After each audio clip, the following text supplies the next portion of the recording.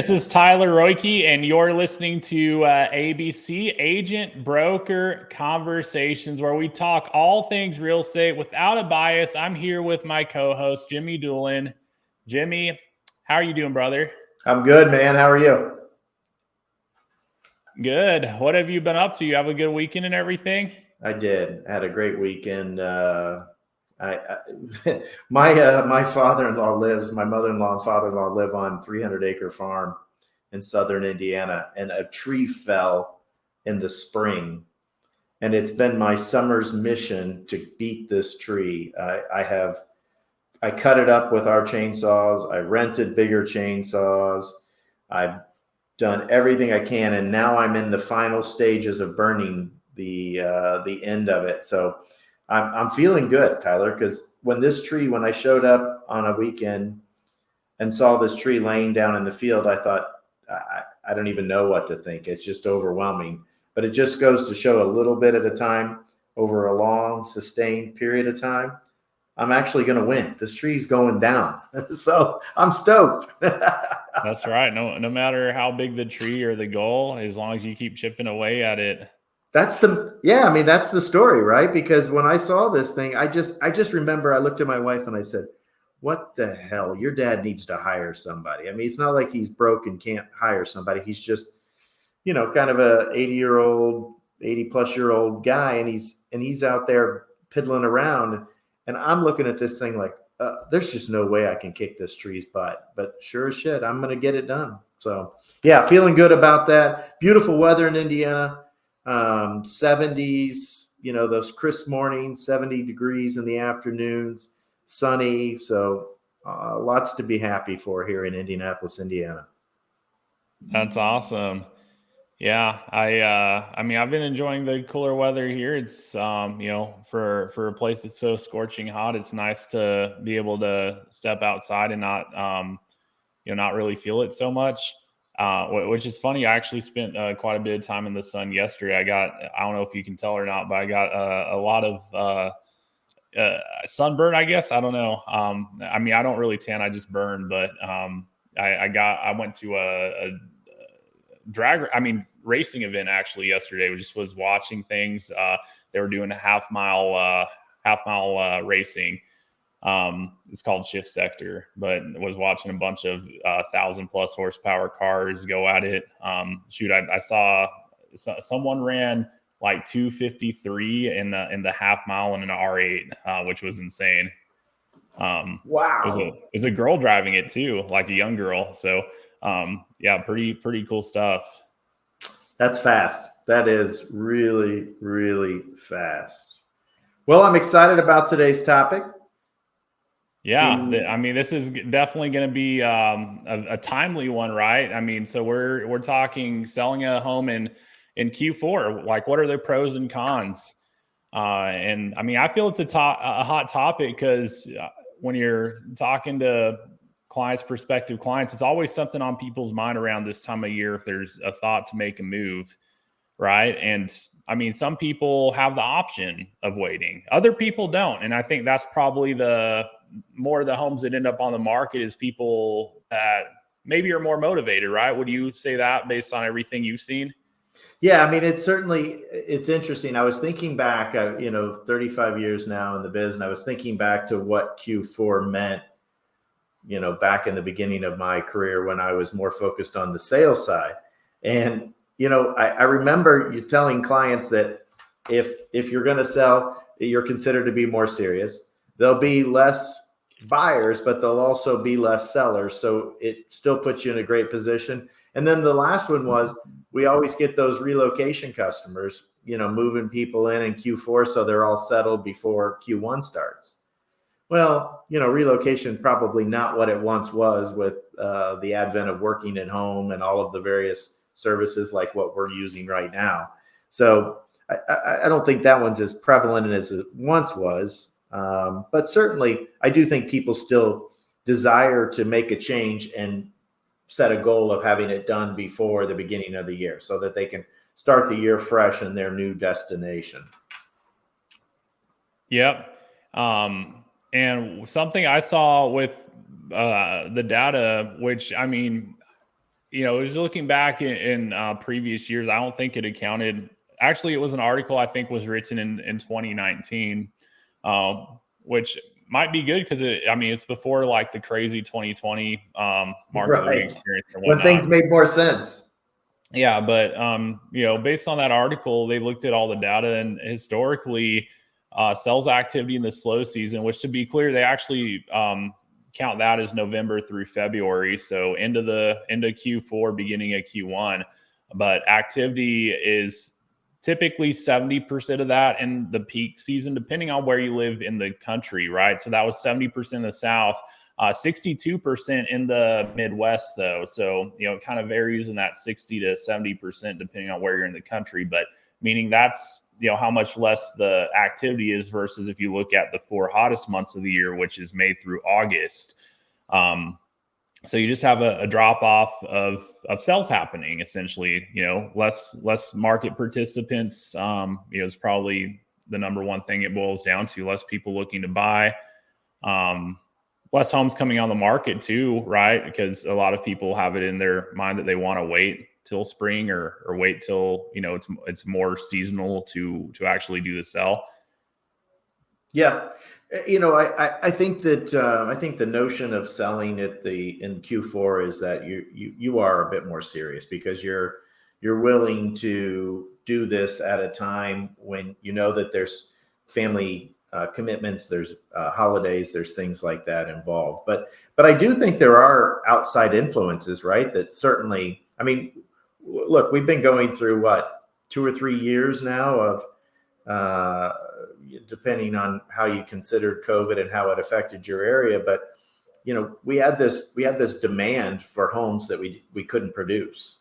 So I think that the notion that as a seller you have to wait for, like you said, May through August, I think that's kind of out the window now, right? Because if you want to move with the lack of inventory and what is lower than it has been, now is as good a time as any time, regardless of the year, etc. Rates, we've got a presidential election. We've got rates that are now trending a little lower than they have been. It's not monumental, but it is lower. And inventory is starting to rise a little. But I did see the inventory rates right now is 4.2 months supply nationally. So, still versus last year was a 3.3 month supply. So certainly you could see it was a bit more of a seller's market last year where the sellers were able to control the pricing and get that higher price out of a house. But still, everything looks advantageous if you were going to sell this time of year. Yeah. And that's something I see too. I mean, I kind of have some pros and cons that came to mind when I was thinking through this topic that I can share. But I mean, to me, one of the aspects is that, well, yeah, when inventory is limited, obviously, but just in general too, if there's less coming on the market during this time of year, to me, it's easier to stand out if you really have a great looking listing coming to market, right? Because there's less listings competing for those same eyes that you could actually capture just by having a house that looks the part come to the market. Which to me it kind of it surprises me, but at the same time it doesn't, really, just knowing how a lot of agents vary in terms of the quality of their service. But honestly, it's not hard to stand out, like to just have some key steps you follow, and even stuff you guide the seller through to really give their house an edge on the market, just in terms of how it looks online. And then also, even more importantly, how it feels when someone actually steps through that door. And I'll share more about what I'm thinking, but it's, this is especially fresh on my mind because I actually just came back from a couple days ago. Just I was looking at a lot of houses. My wife and I are in the market for a new house, so we looked at a ton of houses listed by a lot of different agents. And it was just so interesting to see how much it, just the range of, when we walked through the door, what it was like, all the way from just, houses that honestly probably weren't ready to show, to ones that were, very well thought out as far as how they set everything up, staged it, smelling right. And it's little things too. It's like walking in the door, owner occupied house, all the lights are off and there's not enough natural light to begin with. So you especially realize just how dark it is the moment you walk in, and versus others where, they were ready for us. If you're living in the house, why not have all the lights on before you pop out the door? And because it creates a different experience the moment that prospective buyer walks through the door. But in my experience, it's so crazy just how big of a variety of, seemingly processes there are in place for agents and how they handle these things on the listing side.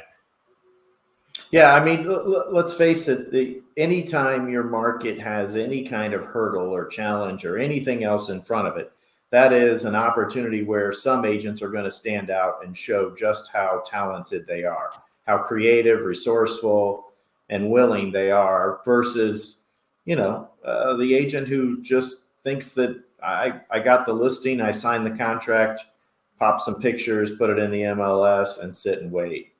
So it is absolutely an opportunity. I know I was talking to my son this morning. He did an open house yesterday, and he was frustrated because he gets there early, so he's all set up, make sure he gets his signs out, and he said, Dad, I spent over an hour cleaning this guy's yard for an open house because the condition of it just wasn't presentable. And he said the worst part about it is that means that everybody that's driven by since last Sunday when I was there and doing an open house, that means they've seen the same thing. And so the owners play a role in that too, where they've got to be on top of it. They've got to stay on top of the property, make sure that they look right. And sometimes they aren't doing that. And all of that is, can be detrimental in the process because it does come down to the little details. There's just no two ways about it. Yep, exactly. And to me, it really does make a difference because, like when you can make a house stand out both online and offline, when someone walks through the door, that's like, there's only so many buyers in the market, especially if it's a seasonal thing. Well, guess what? If you can make a house look the part, get them through the door, and then they feel a certain way when they're in there, like that's the key. Someone walks out of that house not feeling good about it, they're not going to offer on it either. And so to me, that's just something I observed in all the different houses.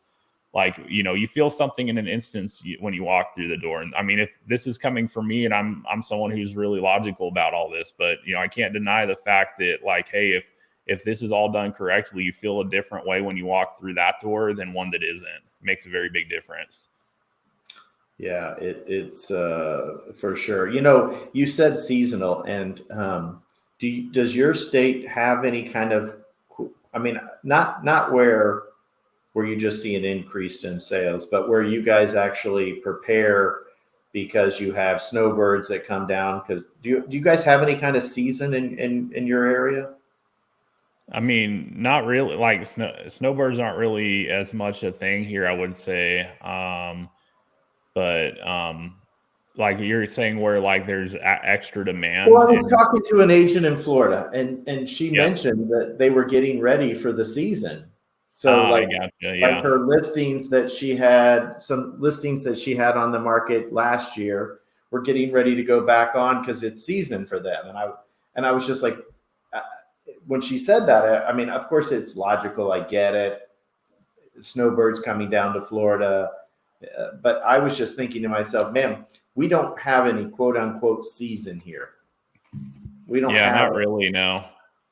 I just imagine that's a whole nother dynamic because, fourth quarter in Florida, California, Arizona might be significantly different than fourth quarter in Indianapolis. I mean, the most common thing I've ever hear is people, referring to their kids in school not wanting to disrupt things. So, Correct. that's where the summer comes in. But I don't think that's unique to our area here. No, I agree. Summer, and then you've got obviously spring break week is terrible in every state, in every geographical location during that week when people travel. Fall break is another slow time of the year, and then your traditional holidays. Not very many people are going out and looking at homes over Easter weekend. They tend to be with their family. Not many people are out on Thanksgiving or Christmas, etc. So your bigger holidays and things come into play. But we don't have a season. And so it made me just think about the difference, our conversation being fourth quarter.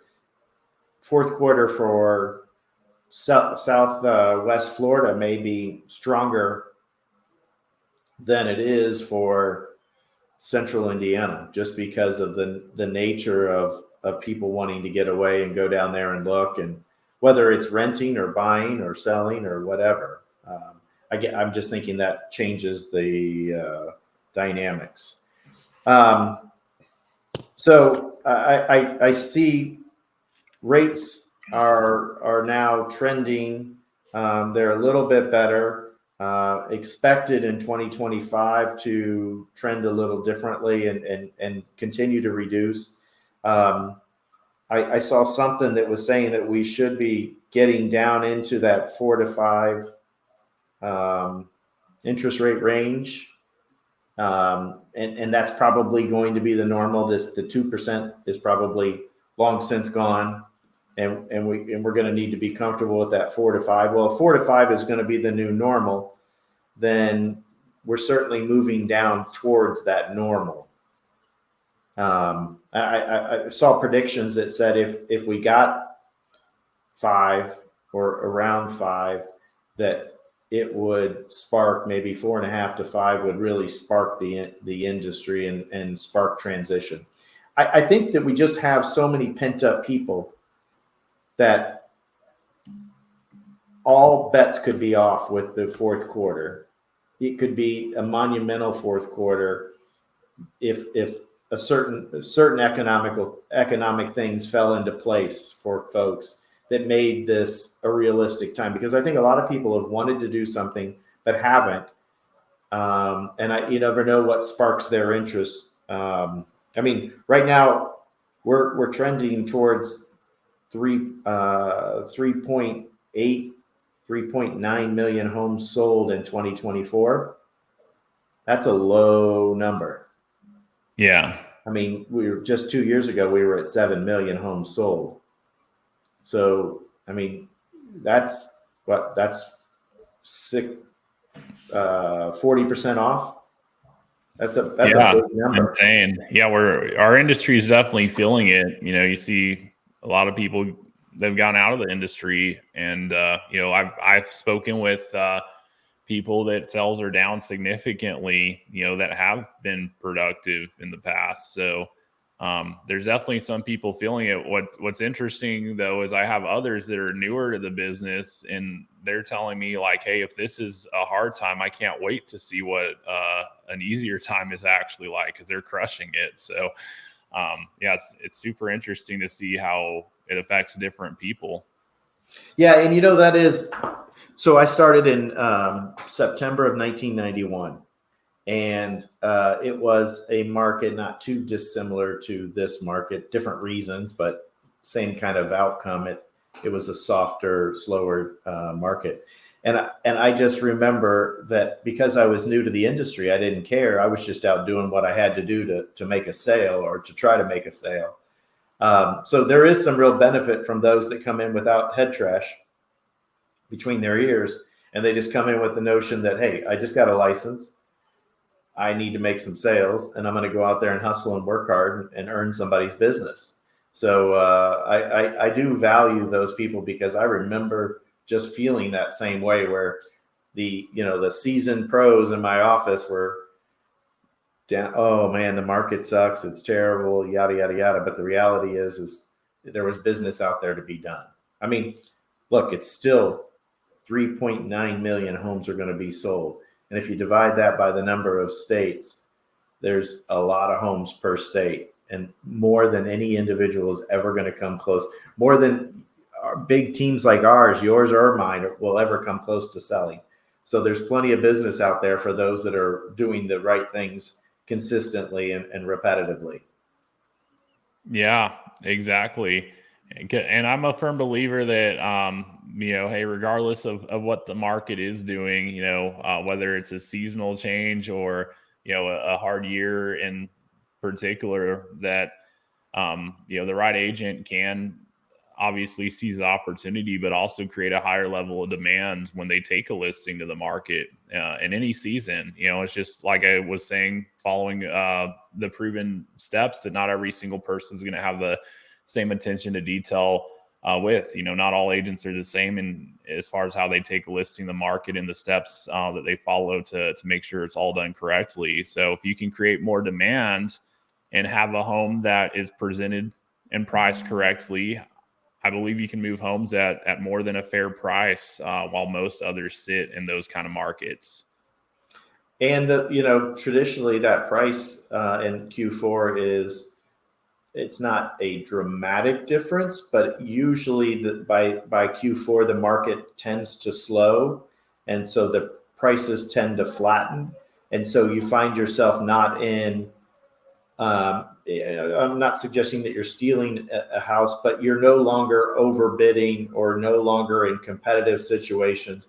So you find yourself in a smoother, maybe easier, less stressful, certainly less competitive type of transaction. Now, I am confident there are some sales that are going on right now that are incredibly competitive, and there's 400 offers on them, and yada yada yada. So I know they exist, but in general, I think that if you're purchasing now, you're probably, or if you're selling now, you're probably going to find a smoother, more enjoyable transaction. And there's something to be said for that, because if you've ever been the seller or the agent or the buyer, and there's been 30 other offers, it's not pleasant. I mean, houses aren't like buying a car. You don't go to the car lot and see, well, you do go to the car lot and see 30 of the same cars, maybe different color, different fabrics, but they're the same. You don't get that with a house, right? Whatever improvements, changes, modifications, experiences that house has had over its life are reflected in the house. And so, one person was a brick mason and owned the house and did amazing masonry work. Well, you won't just go down the street and find that house again. So I do think that the opportunity for a smoother, better transaction lies in the fourth quarter. So I like it from that perspective.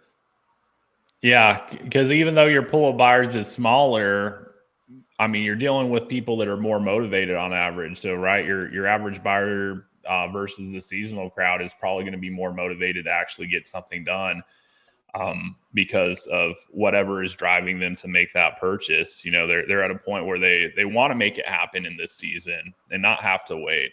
Someone who wants to wait or can wait, I mean, they're on average not going to be as motivated, because they're seasonal dependent, not really, hey, let's do this thing now. So, I agree. And that's something I've observed too, is just, on average, there's, the people that are in the market want to actually get something done right now.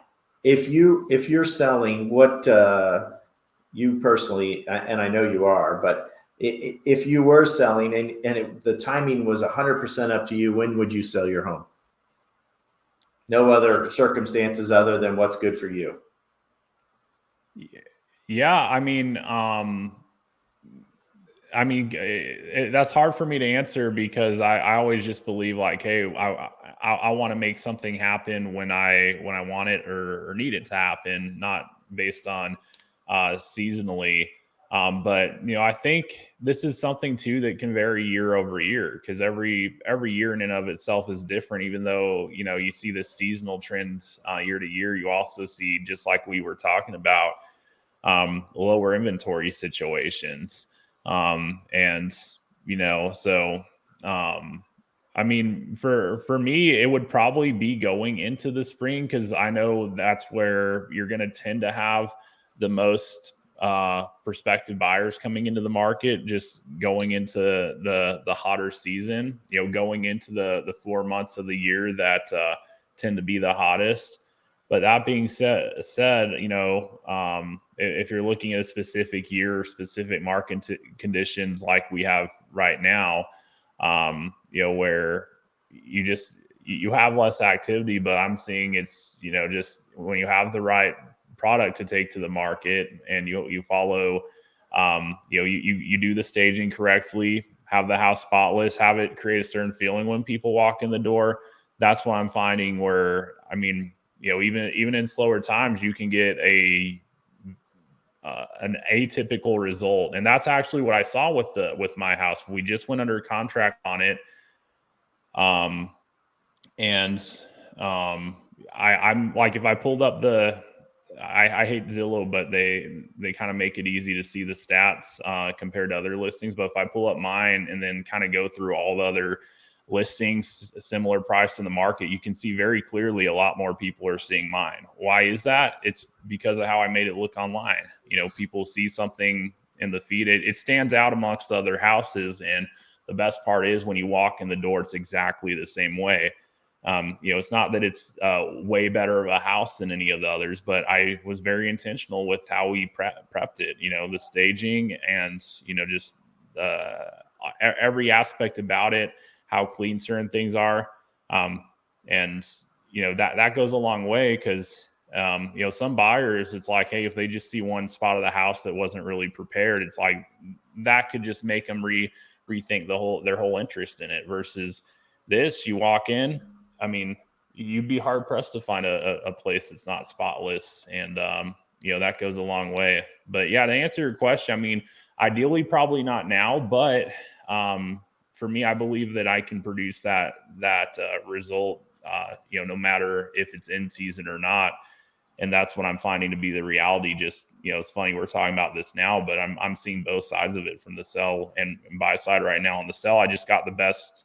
Assuming we close and everything, I just got the best result you could have possibly gone with the sell in terms of, the price and how quickly it happened. I'm in it's like 4.5 months in inventory where I'm at. We went under contract in a week and a half. But you did the right things. Yeah. You took your own advice. I've always told people, for us, my wife and I, and we, God bless her, she's stood by me as we've moved nine different times, and 9 primary residents. And I've always said end of February, first week in March is when we hit the market. So if I pick the time, that's it. And my theory has always been that buyers start getting antsy to get out of their winter here in Indiana, where we have winter. They're antsy to get out and look around, go to open houses, and sellers haven't opened their garages and cleaned their garages out yet. So they're longer away from hitting the market. So the buyers get out first. And so I always prep mine to be one of the first people out. And that's always worked well for me. In terms of what you said, I have another theory, and as it pertains to your comment about selling. The reality is that people want to talk about their home in terms of investment. They want to see it as a moneymaker, but yet they want to do the process from an emotional perspective. And you're never going to call your stockbroker and say that, this is an emotional process selling my stock. You're going to sell when the market dictates it's time to sell the stock. If people treated their homes the same way, if they really want to see it as an investment, then you treat it like an investment and you sell when the market suggests that you can get the highest return on it. If you don't, then if you sell based on your convenience, then it may not produce that same result. I know you're into cars just like I am, and had dinner with a friend last night. He bought I don't know if it was a 488 or a 458. I don't remember which, but he bought one of them 3.5 years ago. So he owned it 3.5 years and just sold it.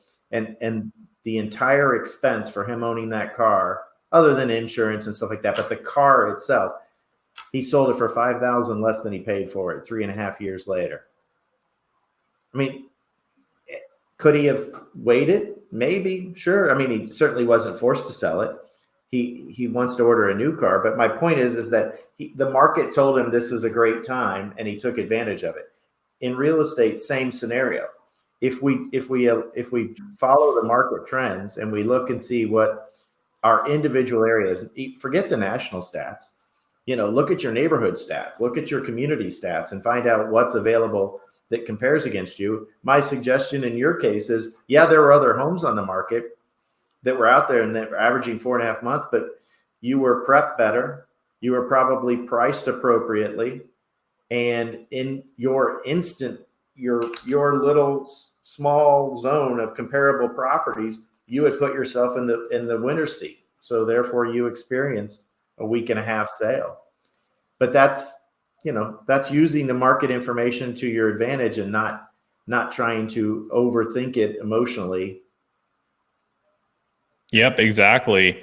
And I mean, and this is like, a place that's flat over year. My neighborhood in particular has a ton of inventory because they're building new houses in it. So, it's kind of a scenario where, like, hey, if you like, it's not the easiest to produce that result, is I guess what I'm saying. But at the same time, I still was able to successfully stand out and drive more eyes and traffic and interest.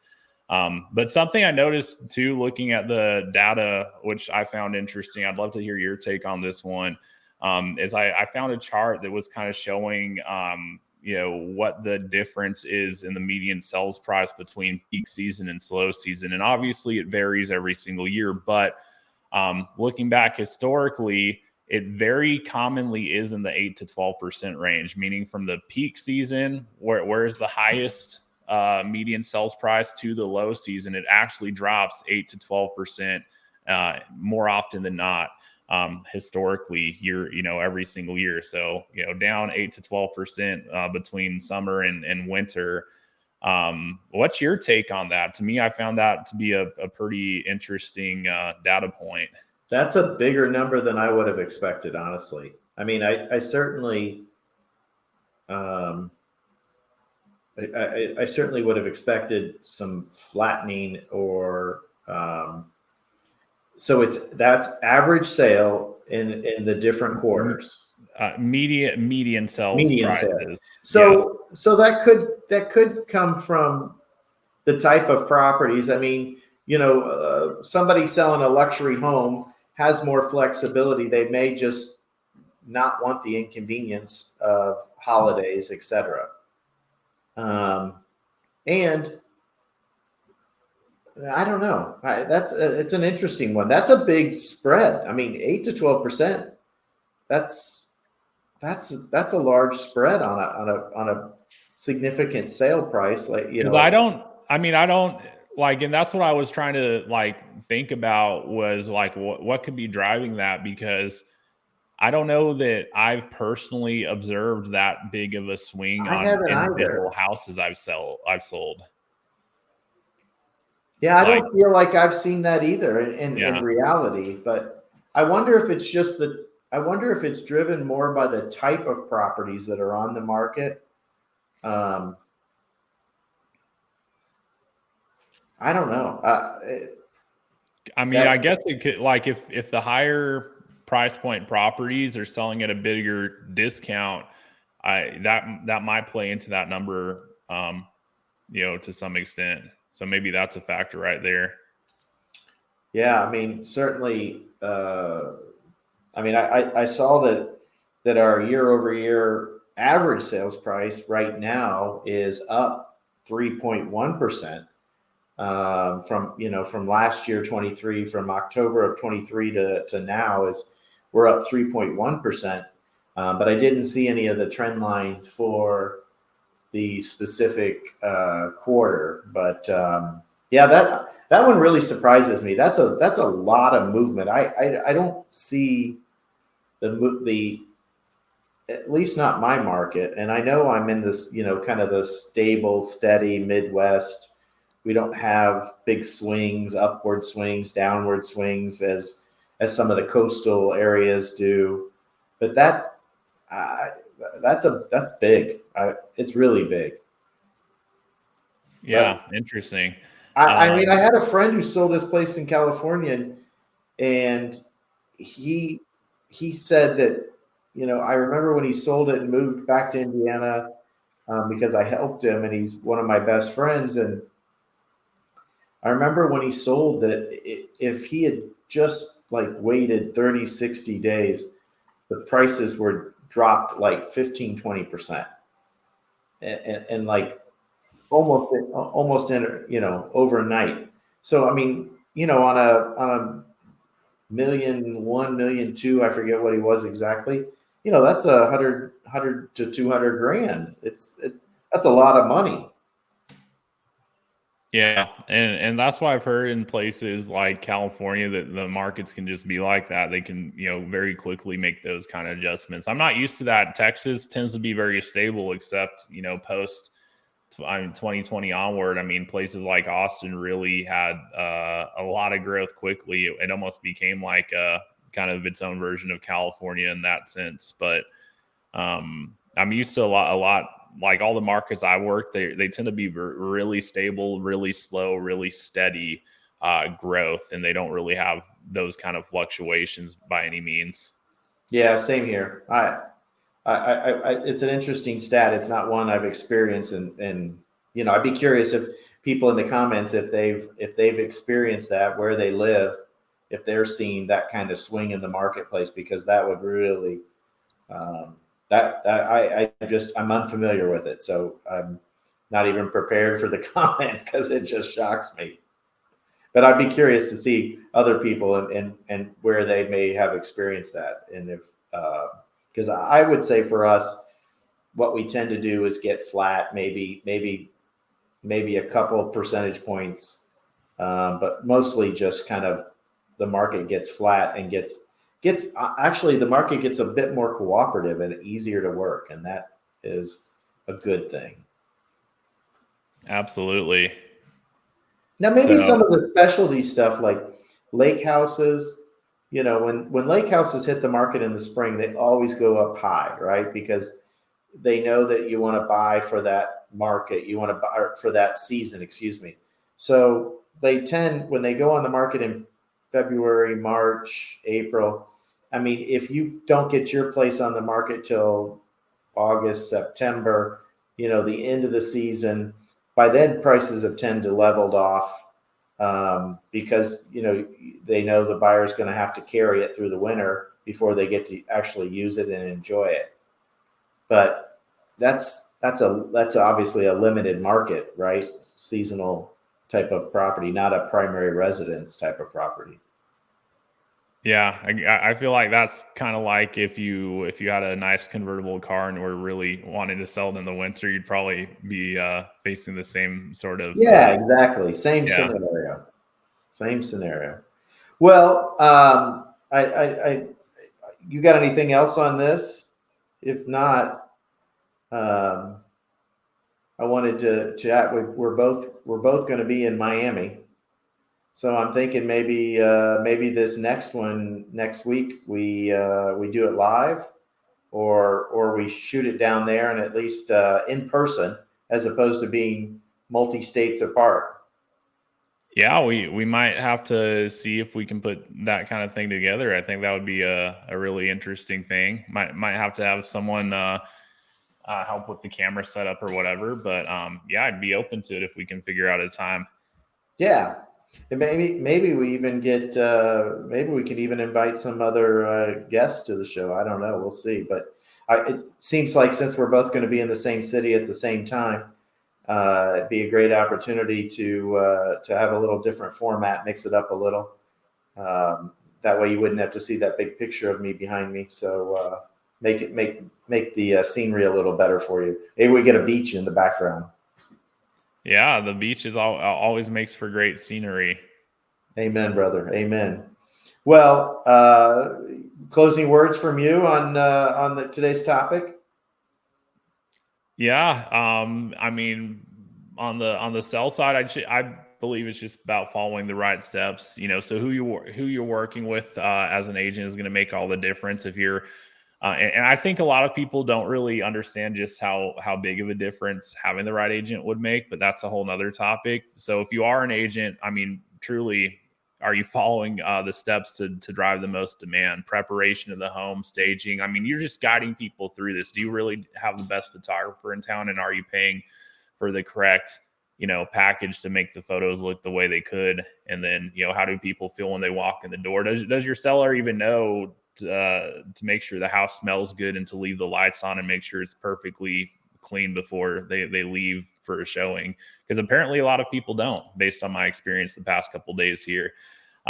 Even though, I mean, the agent seems like a professional, but I don't know what happened when I walked into their listing. So, and that's not to say there was someone I put a showing request in, and I just thought that the sellers didn't accept it because I just never got a confirmation. And then I was asked for feedback, and I left them feedback that said, "Hey, my showing never got approved, so I didn't show the house." And then they had no idea what was going on. I was like, how could you miss opportunities like this? But yeah, it's just an interesting thing. But on the buy side, I mean, with that in mind, just knowing a lot of agents, a lot of sellers just aren't going to be doing every single thing they could to drive demand. That I feel like that just puts you in a position where you have more leverage, you have more opportunity to negotiate something. So I feel like kind of no matter where you're at, selling, buying, there's opportunity on both sides, even when the season is slow. Just depends on how you handle things. And I mean, if you're going to buy a deal, just especially look for the ones that aren't driving demand. If it meets your criteria, know that, hey, they might be a little bit more eager to make something happen since they do have their home on the market during the season. So yeah, that's kind of my final thoughts on our topic here. What about you, Jimmy? Well, I summarize it shortly and just say that bottom line is there's buyer and sellers in every market. And if the market is historically because of timing a little slower, then what I'm picking up from you and what I 100% agree is it's all those little details that are going to stand out, and it becomes easier to stand out in Q4 than it does in Q2 or 3 when everything's running at 100 miles an hour. So step back, reflect on what you're doing, make sure you're doing things correctly. If you miss something in the hustle and bustle of the previous quarter, now's the time to go back and fix it. As an agent, and forget the sales side, but just as an agent, now's the time to make sure that everything that is you is in the right place. Profile pictures, email addresses, broken links and things. This is like a great time to get your house in order. So, I agree with you. There's always an opportunity to sell. And I think we didn't see anything that historically would say, oh my gosh, don't do it. So it just doesn't seem to exist. But as a consumer, I guess this is a time to really interview. And, maybe one of the questions the seller needs to ask is, how many homes do you typically sell in Q4 and Q1? Because if it's an agent, if an agent isn't selling much, it's probably more about the agent and their level of engagement than it is the marketplace. So anyway, with that in mind,